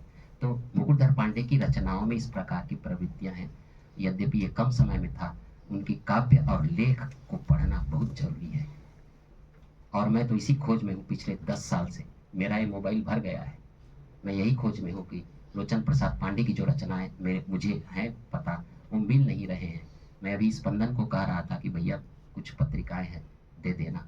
मेरे पास सरस्वती के मूल अंक थे, मूल प्रति 15 साल के शुरू के, पर बिलासपुर से इधर आया तो वो कहीं गुम गया, मिली नहीं। कुछ पत्रिकाएं मुझे चाहिए, हितकारिणी, हिंदी प्रदीप, सुधा, प्रभा, माधुरी, इसके दिल्ली में तो है पर बहुत जर्जर स्थिति में है। वहाँ मारवाड़ी लाइब्रेरी है पुरानी, मानसी जान रही होगी, वहाँ पर है लेकिन बहुत जर्जर स्थिति में, पन्ने फटे हैं, वो दिख नहीं रहे, कुछ आधा कट गया है तो कुछ हुआ है। यहाँ संभवतः होगी, मैं प्रयास करूंगा कि वो मिल जाए और उस पर कुछ काम किया जाए।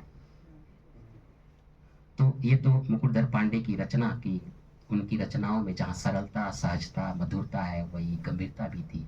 शीतल, स्वच्छ, निर्दय, सुंदर, बता कहाँ से आती है महानदी, इस जल्दी में तू कहाँ चली जाती है।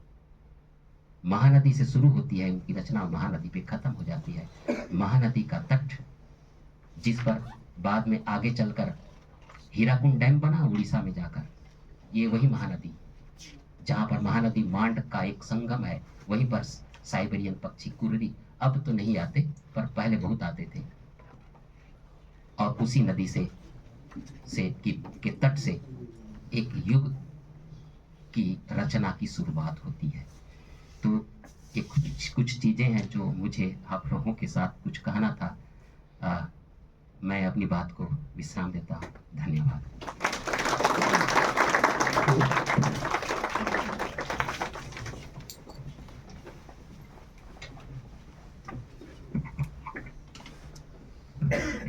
धन्यवाद सर। मेरे लिए इस मौखिक परंपरा को सुनना और जानना बहुत ही रोचक था। मैं धन्यवाद ज्ञापन करने के लिए प्रोफेसर सन अच्छा, अगर आप सब में से किसी के भी पास कोई प्रश्न है तो आप पूछ सकते हैं सर से। कोई प्रश्न हो या कोई जिज्ञासा हो, कोई टिप्पणी हो। सर प्रणाम, मेरा एक प्रश्न है कि भक्ति एक आलोचना ने कहा था, अपना नाम बता दीजिए आप। विशाल शर्मा। मेरा नाम विशाल शर्मा है, हिंदी विभाग का प्रश्नार्थक छात्र हूँ, 2 वर्ष का। तो जो आपने पहले जब आपने बताया था कि भक्ति काल और छायावाद को लेकर के, तो मेरा एक प्रश्न है सर कि आलोचक ने कहा था कि भक्ति काल का 325 वर्ष और छायावाद के महज 18 वर्ष, इन दोनों का अगर मूल्यांकन किया जाए तो छायावाद में ही ज्यादा रस, यानी कि छायावाद का तुलनात्मक ज्यादा उत्पन्न होगा। तो सर मेरा प्रश्न है कि छायावाद को और भक्ति काल को दोनों में से तुलना करें तो कैसे इसको कर सकते हैं? दोनों की तुलना तो नहीं हो सकती, क्योंकि उनका एक अलग प्रवृत्ति रहा है, भक्ति काल की एक अलग प्रवृत्ति रही है और छायावाद एक दूसरी प्रवृत्ति की देन है। हम छायावाद को नवजागरण से सीधा जोड़ लेते हैं। अभी हमने राजा राम मोहन राय की बात भी की और दयानंद सरस्वती और विवेकानंद का के साथ जोड़ा, एक सांस्कृतिक परंपरा के साथ हमने उसमें जोड़ा। भक्ति काल में एक प्रवृत्ति भक्ति की रही, पर भक्ति की जो प्रवृत्ति रही वो भी प्रवृत्ति भक्ति काल की नहीं है, वो तो उससे हजारों साल पहले की है, दक्षिण से शुरू हो जाती है, दूसरी शताब्दी से, आलवार संतों के समय से। तो उसका भी बीज वहां नहीं है। भक्ति काल का समय 14वीं शताब्दी के आसपास नहीं है, उसका बीजोपन तो दूसरी शताब्दी से, यानी वहां से 1200 वर्ष पहले से शुरू हो चुका था। पर प्रवृत्तियां बदलती हैं और इस प्रवृत्ति बदलने के कारण जो उस समय की जो परंपरा रही, अब यहाँ पर मैं थोड़ी चर्चा ये भी कर दूं कि एक बहाना मात्र है। यद्यपि वहां पर भी सामान्य जन के प्रति सहानुभूति का भाव तो है, भक्ति काल में आडंबर के प्रति एक विरोध तो है, भक्ति काल में आंतरिक जगत पर का मामला ज्यादा है। छायावाद में आंतरिक जगत का मामला कम है, बाह्य जगत से है। एक प्रश्न उठता है कि छायावाद के कवि को सामाजिक राजनीतिक चेतना से उतना लेना देना नहीं है, वो प्रकृति के आसपास घूमते हैं, ऐसा भी कहते हैं लोग। आलोचना में, किताबें में ऐसी बातें आती हैं कि वो प्रकृति के आसपास वो घूम रहे हैं, उनका लेना देना सामाजिक चेतना राजनीतिक चेतना से नहीं है, ऐसा कहा जाता है। लेकिन हम इस बात से बिल्कुल इनकार करेंगे कि कोई भी रचनाकार अपने युग से विच्छिन्न नहीं होता। प्रसाद की को ही हम ले लें, प्रसाद की जितनी रचनाएं, हम नाटक को ही ले लें, कविता की बात हम छोड़ भी दें, नाटक में जो पात्र हैं वो सारे पात्र लगते हैं कि बिल्कुल ये नवयुवक हैं। चंद्रगुप्त नाटक का जो चंद्रगुप्त, सिहरण, अलका और अंबिक जैसे पात्र हैं, अंबिक को हम छोड़ भी दें, बाद में यद्यपि उसका हृदय परिवर्तन हो जाता है, पर हम सिहरण, चंद्रगुप्त और अलका को ले लें तो लगता है ये लिखा, कब लिखा इस नाटक को? 1931 में। 1931 ना, 1931 में ये नाटक लिखा। 1931 का दौर जरा याद करिए। 1931 में चंद्रशेखर आजाद, भगत सिंह और सुखदेव इत्यादि लोग थे। उनकी दृष्टि निश्चित रूप से उन पर पड़ी रही होगी। तो ये जो चंद्रशेखर आजाद, भगत सिंह के जो काम है, जो जिस प्रकार से नवयुवकों में एक भारत को आजाद कराने की तमन्ना दिखलाई पड़ रही थी, चंद्रगुप्त का सिहरण और चंद्रगुप्त भी और अलका भी उसी की श्रेणी में आता है। भगत सिंह को फांसी की सजा हुई और 2 साल तक उसी दिल्ली विश्वविद्यालय के जहाँ वीसी बैठते हैं वहीं एक तल घर बना है। हम तो कभी गए नहीं, वो बंद रहता है। 2 साल तक भगत सिंह को उसी तल घर में रखा गया था और फिर 1931 में उनको फांसी की सजा दी गई। तो एक युग था, लगता जरूर है, लग जरूर रहा है कि एक कोई इतिहास की बात कर रहे हैं। अभी डॉक्टर साहब ने, प्रोफेसर राजकुमार जी भी वही कह रहे थे, स्पंदन को बात होते हुए श्रीकांत वर्मा के संदर्भ में मगध का, और हमने एक सूत्र जोड़ने का प्रयास किया कि प्रसाद जी के जो ऐतिहासिक और सांस्कृतिक चेतना है या इतिहास की जो घटनाओं को लेकर बात कर रहे हैं, उसके कहने का अर्थ क्या है, उसका क्या औचित्य है, क्यों वो पुरानी चीजों को उठा रहे हैं, नई चीजों पर बात क्यों नहीं कर रहे हैं सीधे सीधे। तो इसका संदर्भ यही है, एक इतिहास की सच्चाई और इतिहास के स्वर्णिम युग को भी याद करना, और उस इतिहास के साथ साथ वर्तमान युग की चेतना को, जो नवीन चेतना है, उसे लोगों के सामने बताना भी। इस प्रकार की प्रवृत्ति भक्ति काल में दिखलाई नहीं पड़ती। तो छायावाद और भक्ति काल तो बिल्कुल अलग अलग हैं, पर चेतना की दृष्टि से दोनों एक ही है। सामाजिक चेतना जगाने का काम वो भी कर रहे थे, सामाजिक राजनीतिक चेतना जगाने का काम छायावाद का कवि भी कर रहा था। बहाना सिर्फ इतना था कि वो प्रकृति उसका माध्यम बनी।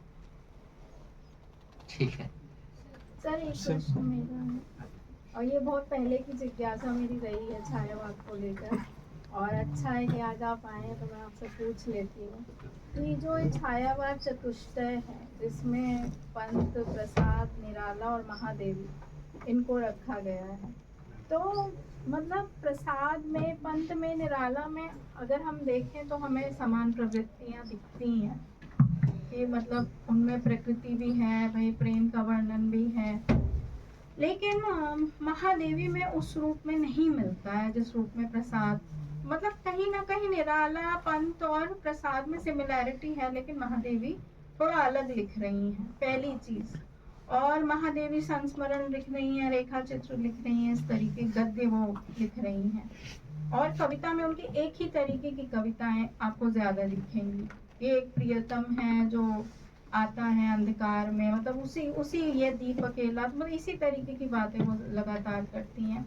तो जब आप कह रहे हैं कि मुकुटधर पांडे जो थे वो भी मतलब सबसे पहले, बल्कि उन्होंने ही लिखना शुरू किया इस तरह की कविताओं को, तो क्यों नहीं किसी ने ये सोचा कि जो छायावाद के 4 कवि होने चाहिए उनमें उनको स्थान मिले? और क्या मतलब ये था कि एक महिला को रखना ही था तो इसमें मजबूरी में महादेवी जी को रखा गया, या महादेवी जी कहाँ तक मतलब हम मान सकते हैं कि उनको छायावाद के जो 4 मेन कवि हैं उनमें उनको रखा जाना चाहिए? ये कहाँ तक आप मतलब उचित मानते हैं इस रूप में, मतलब वो बाकी लोगों के साथ मतलब आपको क्या इसके बारे में आपका क्या विचार है? उचित हम क्या माने कि हम कौन है? जैसे आचार्य, हाँ आपका अपना, मैं समझ गया, हाँ, वही हम कह रहे हैं कि इसका निर्णय तो जनता कर चुकी है और साहित्य जगत कर चुका है। आचार्य शुक्ल ने कहा ना कि तुलसी को प्रधानता देने वाला मैं कौन होता हूँ? इसका निर्णय तो जनता कर चुकी है, मैं तो केवल माध्यम हूँ। वो कह रहे हैं ना यही, कबीर को उस रूप में जनता स्वीकार नहीं की थी, तब की जितना जैसा स्वीकार तुलसी को किया, इसलिए उन्होंने तुलसी पर खूब लिखा। कारण कुछ और रहा हो, मैं उस पर नहीं जाना चाहता। तो छायावाद में जो 4 कवि है ना, उसमें महादेवी वर्मा को रखने वाला सवाल नहीं है। महादेवी वर्मा तो प्रवृत्ति में ही है, क्योंकि छायावाद की एक प्रवृत्ति रहस्यवादिता भी है, छायावाद की एक प्रवृत्ति वेदना का भाव भी है, छायावाद की एक प्रवृत्ति एक अज्ञात के प्रति, जिसको हम परोक्ष सत्ता कह रहे हैं, परोक्ष सत्ता के प्रति एक जिज्ञासा का भाव। तो महादेवी वर्मा तो उसमें बिल्कुल फिट बैठ रही हैं, और महादेवी वर्मा लगातार लिख भी रही हैं, आपको उसी दौर में आ रही हैं। सवाल यह है कि महादेवी वर्मा थोड़ी बाद में आती हैं, प्रसाद पहले आ जा रहे हैं, फिर वो पंत और निराला आते हैं, फिर महादेवी वर्मा कुछ समय के बाद आते हैं। ये भी प्रश्न उठाया गया कि ये तो बाद में आती है काफी बार। हाँ, लेकिन प्रवृत्ति तो उनके भीतर है ना, परोक्ष सत्ता के प्रति या एक अज्ञात के प्रति जिज्ञासा का भाव तो है। जी जी। तो वो उसमें तो है, तो वो तो उनको तो रखना ही है, उसमें तो ना रखने का सवाल ही नहीं है। पर सबकी एक अलग दृष्टि थी। प्रसाद जी में एक दूसरे ढंग का दर्शन था, और मुझे लगता है प्रसाद जी जैसा प्रतिभाशाली व्यक्ति तुलसी के बाद ही हुआ होगा, बीच में कोई नहीं दिखाई पड़ता। पूरी प्रतिभा को उनके लिए, दर्शन पर भी उतनी गहराई, इतिहास पर भी उतनी गहराई, कला पर भी उतनी गहराई, प्रकृति चिंतन पर भी उतनी गहराई। ऐसा कवि जो काव्य में भी उतनी गहराई से लिख रहा है, गद्य में भी उतनी गहराई से, नाटक भी लिख रहे हैं तो उतनी गहराई से, कहानी या उपन्यास लिख रहे हैं तब भी उतनी गहराई से। लोगों में एक आतंक जैसा होता है ना, बिल्कुल प्रसाद का व्यक्तित्व वैसे ही था, एक बहुमुखी प्रतिभा। यदि प्रसाद जी कविता ना लिखकर गद्य लिखते तो कितना बड़ा आलोचक होते। आलोचना भी उनकी बहुत महत्वपूर्ण है, किताब, काव्य कला और अन्य निबंध, सभी क्षेत्रों में। ऐसा आधुनिक युग में तो कोई दिखता नहीं है, कम दिखेंगे। ना वो बाद में लिखा है, मतलब हाँ, अज्ञे तो बाद में आए, पर अज्ञे को हम थोड़ी एक परंपरा में उनके साथ जोड़ सकते हैं, लेकिन वो परंपरा में नहीं, उनका एक बौद्ध दर्शन की परंपरा में, जापानी जैन दर्शन की परंपरा में, ताओवाद या कन्फ्यूशसवाद के संदर्भ में हम विशेष रूप से जोड़ सकते हैं। और प्रसाद के बाद हम यदि एकदम इकट्ठा दर्शन के क्षेत्र में उतरते हैं तो ठहराव हमको अज्ञे में दिखता है। ऐसा ठहराव अज्ञे के समकालीन रचनाकारों में कहीं नहीं दिखाई पड़ता। यह दीप अकेला स्नेह भरा है, गर्व भरा माता पर इसको भी पंक्ति बोलते हैं। इसमें जो दर्शन की गहराई है ना, यह उनका असाध्य वीणा में जो दर्शन की गहराई है, ये बेहद महत्वपूर्ण है। जो जैन दर्शन को नहीं जानेगा और जैन दर्शन से पहले जो बौद्ध दर्शन को नहीं जानेगा, वो असाध्य वीणा को जान ही नहीं पाएगा। तो वो महत्वपूर्ण है। तो ये तो कुछ चीजें हैं। एक दो सवाल और। प्रणाम सर, मेरा नाम आकांक्षा है, मैं हिंदी विभाग में शोधार्थी हूँ। नामवर जी ने अपनी पुस्तक छायावाद में लिखा है कि छायावाद व्यक्तिवाद का चरम है और उसकी इसी प्रवृत्ति ने उसको जल्दी डुबो दिया। यही शब्द है उनके, जो मैं शब्दशः बोल रही हूँ। आप इस बात से कहाँ तक नहीं, आप इसको तो डॉक्टर साहब दोनों हैं, वो बता पाएंगे, मैं ज्यादा नहीं जानता हूँ। मुझसे आज सब आपसे ही जानेंगे। नमस्ते सर, मेरा नाम नितेश यादव है और मैं हिंदी विभाग में शोधार्थी हूँ और आपका विद्यार्थी भी रहा हूँ दिल्ली विश्वविद्यालय में। सर, मेरा प्रश्न है गांधीवाद और छायावाद से जुड़ा हुआ कि आपने जिन मूल्यों की बात की, छायावाद कैसे साहित्यिक मूल्यों का निर्धारण करता है, और उसी समय अगर हम देखें गांधी भी लगभग उन्हीं चीजों की बात करते हैं, जैसे आपने आध्यात्मिक चेतना की बात करी, आध्यात्मिक उन्नति और मानवीय गरिमा की जो बात करी। तो मेरा सर सवाल ये है कि क्यों 1936 और 1940 के बाद गांधी साहित्य में अप्रासंगिक होने लगते हैं और छायावाद का पतन भी होने लगता है। तो ये जो दो हिस्टोरिकल जो फैक्ट है, क्या इनका आपस में कोई संबद्धता है? आप इसको किस नजरिए से देखते हैं? नहीं, संबद्धता तो है निश्चित रूप से छायावाद और गांधीवाद में, क्योंकि गांधीवाद भी 1920 में आता है, गांधीवाद वास्तव में 20 में ही आता है, और छायावाद भी 20 के आसपास, हम कह दें तो ज्यादा अच्छा है। हमने अब रेखांकन कर दिया है ना 1918 से 1936, और 1936 में एक बड़ी घटना घट जाती है, प्रगतिशीलता की एक प्रवृत्ति, और उसमें प्रेमचंद भी आगे आ जाते हैं, तो एक मार्क्सवाद का प्रभाव भी दिखाई पड़ता है। तो गांधीवाद तो वैसे आज भी खत्म नहीं हुआ है ना, छायावाद भी खत्म हुआ है, छायावाद कभी खत्म नहीं होता है, हम ये कहें तो ज़्यादा अच्छा है। हाँ ठीक है कि छायावादी ढंग की रचनाएं अब कम लिखी जा रही हो, वो दूसरी बात है। हम पुराने ढर्रे पे नहीं चलते हैं, एक युग चला आया तो उसके बाद नया युग आता है, तो जो जिस समय जिस प्रकार की प्रवृत्ति होती है हम उसको उसी प्रवृत्ति के आधार पर अपना लेते हैं।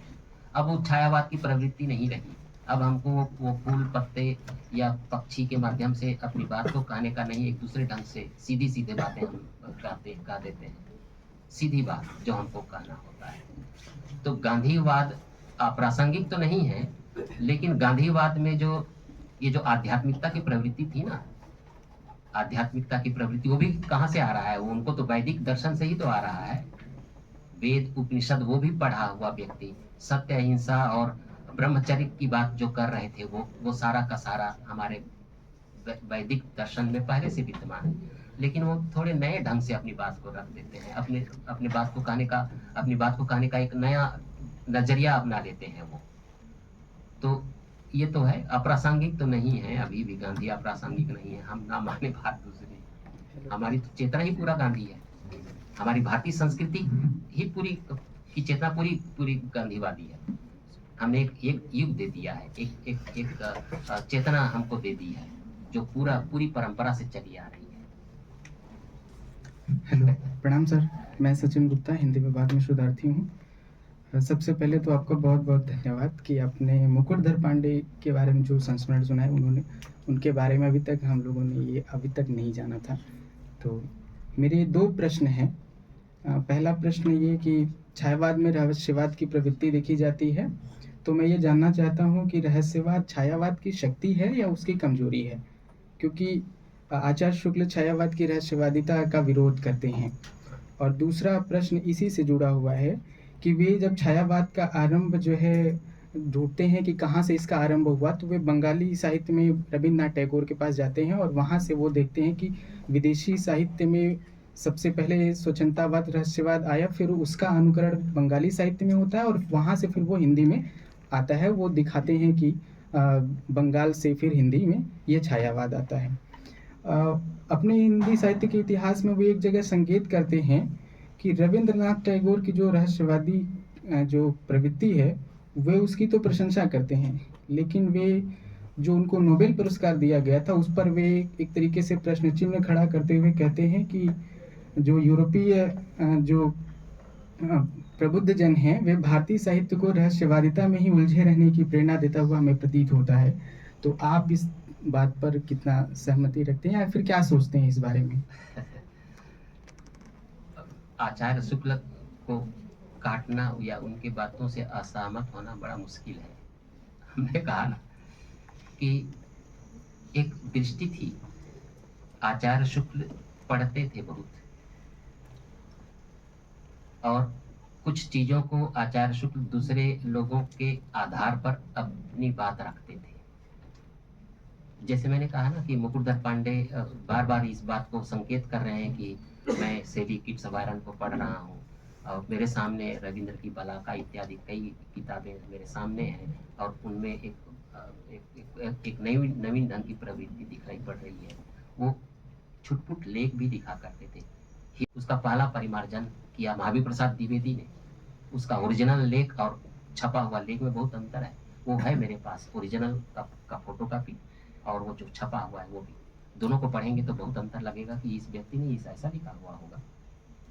तो खैर, आचार्य शुक्ल कोई गलत नहीं कह रहे थे, मैं यही कहूँगा। यदि फेंटास्माटा, ईसाई फेंटास्माटा वाला मामला उठा छोड़ दिया जाए तो आचार्य शुक्ल की दृष्टि बिल्कुल साफ थी या वो सच कह रहे थे, गलत नहीं कह रहे थे। लेकिन उसके साथ अगर वो भारतीय सांस्कृतिक चेतना को जोड़ देते ईसाई फेंटास्माटा को हटाकर, तो मुझे लगता है कि आचार्य शुक्ल से ज्यादा गंभीर चिंतक कोई ना होता। और गंभीर चिंतक तो है ही, छायावाद के मामले में ना होता कोई। पर उसी बात को नंद दुलारे वाजपेयी ने उठाया और उन्होंने छायावाद को सीधे सीधे भारतीय सांस्कृतिक चेतना से जोड़ दिया, नहीं डॉक्टर साहब, बल्कि भारतीय सांस्कृतिक चेतना से जोड़ दिया उनका विरोध करते हुए। तो वो नंद दुलारे वाजपेयी आगे आ गए। मैंने एक किताब भी संपादित की है, छायावाद विचार और विश्लेषण, इसमें उसमें इन सारी बातों की चर्चा भी हुई है। और वो किताब नामवर जी के साथ हम संपादित कर रहे थे, मैं कर रहा था, पर नामवर जी गुजर गए तो मुझे ही संपादित फिर करना पड़ा, पर दृष्टि उनकी भी थी। मैंने ही पूछा था कि हम कुछ लिखना चाहते हैं इस संदर्भ में, तो उन्होंने सुझाया था कि इस प्रकार का लेख रख लो। तो मैंने उनको कहा कि आपका भी मैं लेख रखना चाहता हूँ। तो उन्होंने कहा कि कौन सा लेख? तो मैंने वही छायावाद वाला आखिरी लेख है ना, छायावाद प्रगति और परंपरा, वो आखिरी लेख जो महत्वपूर्ण है किताब में, उसको मैंने दिया। तो उन्होंने कहा ठीक है। तो ये कुछ चीजें हैं जिससे हम आज नहीं कल तक इससे जूझते रहेंगे, और जूझते रहना चाहिए। इससे एक नई दृष्टि बनेगी। मैं जो कह रहा हूँ वही सही नहीं है, आप जो समझ रहे हैं वो भी सही है। इसीलिए मैंने स्पंदन को कहा कि भैया मैं कुछ नहीं जानता, आप मुझसे ज़्यादा जानते हैं। श्रीकांत वर्मा को जिस गहराई से आपने पढ़ा, मैंने नहीं पढ़ा,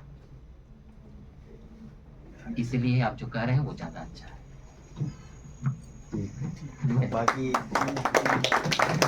एक लड़का बेचारा खड़ा है, चलो अब चलो आखिर सादर प्रणाम सर। चाय में पूछ मैं विकास कुमार ठाकुर, फिलहाल मैं बीच में शताब्दी। सर मेरा क्वेश्चन यह है कि जब भक्ति काल को हम लोग अवलोकन करते हैं तो वहाँ पर देखते हैं जैसे कबीर, तुलसी, मीरा, ये अपनी बातों को स्पष्ट खुल के रखते हैं, मगर जब हम छायावाद पर दृष्टि करते हैं तो वो कई उपमाओं, प्रतीकों की वजह से अपनी बातों को रखते हैं। तो ये यहाँ पे ये देखने को अक्सर ये मिलता है कि जहाँ पर ऐतिहासिक दृष्टि से वहाँ पर तमाम बंधने होने के बावजूद भी खुलकर भक्ति काल में बातें कही जा रही थी, परंतु वहीं छायावाद में देखता हूँ तो वो खुलकर बातें नहीं कही जाती हैं। तो इसका ऐतिहासिक दृष्टि से क्या कारण या क्या क्या आयामें हो सकती हैं? नहीं, खुल के बात नहीं करने का एक कारण तो ये कि जैसे मुकुटधर पांडे ने छायावाद को परिभाषित किया, यथार्थ में छायावाद, बढ़ जाइए, यथार्थ में छायावाद भाव राज्य की वस्तु है। उनके दूसरे नंबर के लेख में यही आया, छायावाद यथार्थ में भाव राज्य की वस्तु है। और भाव राज्य की वस्तु के संदर्भ में उन्होंने कहा कि जहाँ शब्द और अर्थ का सामंजस्य नहीं बैठ पा रहा हो, शब्द और अर्थ का एक सामंजस्य तो बैठता है पर उसका अर्थ एक दूसरे अर्थ की ओर चला जाता है, इसका ठीक ठीक संदर्भ नहीं दिया नहीं जा सकता। ये भाव राज्य की वस्तु है, शब्दों के द्वारा इसे व्याख्यान नहीं किया जा सकता। ये मुकुटधर पांडे का है। और जो आप कह रहे हैं ना कि भक्ति काल में बात सीधी कही जा रही थी, वहाँ कोई प्रतीकात्मक नहीं थे। कबीर को देखिएगा तो उनके अधिकांश रचनाएं प्रतीकात्मक हैं। उनके प्रतीकों को समझना बहुत जरूरी है।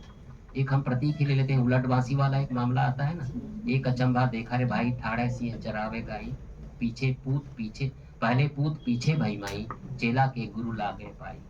अब ये जो प्रतीक है, ये प्रतीक, अब ठाड़े सिंह चरावे गाई, ये कैसे संभव है?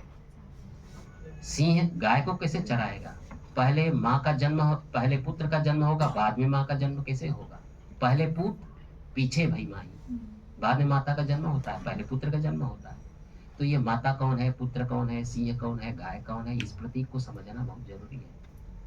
तो सिंह हम समझ पाते हैं, जहाँ तक सिंह ज्ञान का प्रतीक है और गाय माया का प्रतीक है। ज्ञान उसको कंट्रोल में करता है, ज्ञान मार्गी है, कभी माया से हटने की बात करते हैं।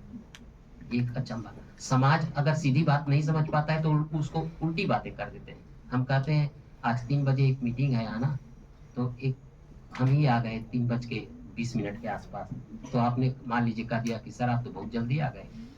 मैं समझ जाऊंगा कि आप कहना क्या चाह रहे हैं, समझ रहे हैं कि नहीं? तो ये उल्टी बातें हैं, उलटबासी है। वो ये उलटबासी आगे की यहाँ भी है। अरे अभी जाल, अरे अभी जाल पकड़, पहले मछलियां तोला। हाँ, एक रचना है ना। अरे अभी तू मछली कहाँ पकड़ने जा रहा, पहले जाल तोला। बहुत वर्षों बाद शिष्य को अनुभूति हुई, अरे कब से बेचारी मछली अगाध सागर में, अगाध सागर, कब से बेचारी मछली अगाध सागर खोज रही है। ये भी एक प्रकार का प्रतीकात्मक, वो मछली कौन है, जाल क्या है, इसको समझना बहुत जरूरी है। मैं जानती हूँ अभी बहुत से प्रश्न आपके बाकी होंगे, लेकिन अब आप चाय पर प्रश्न करिएगा। और मैं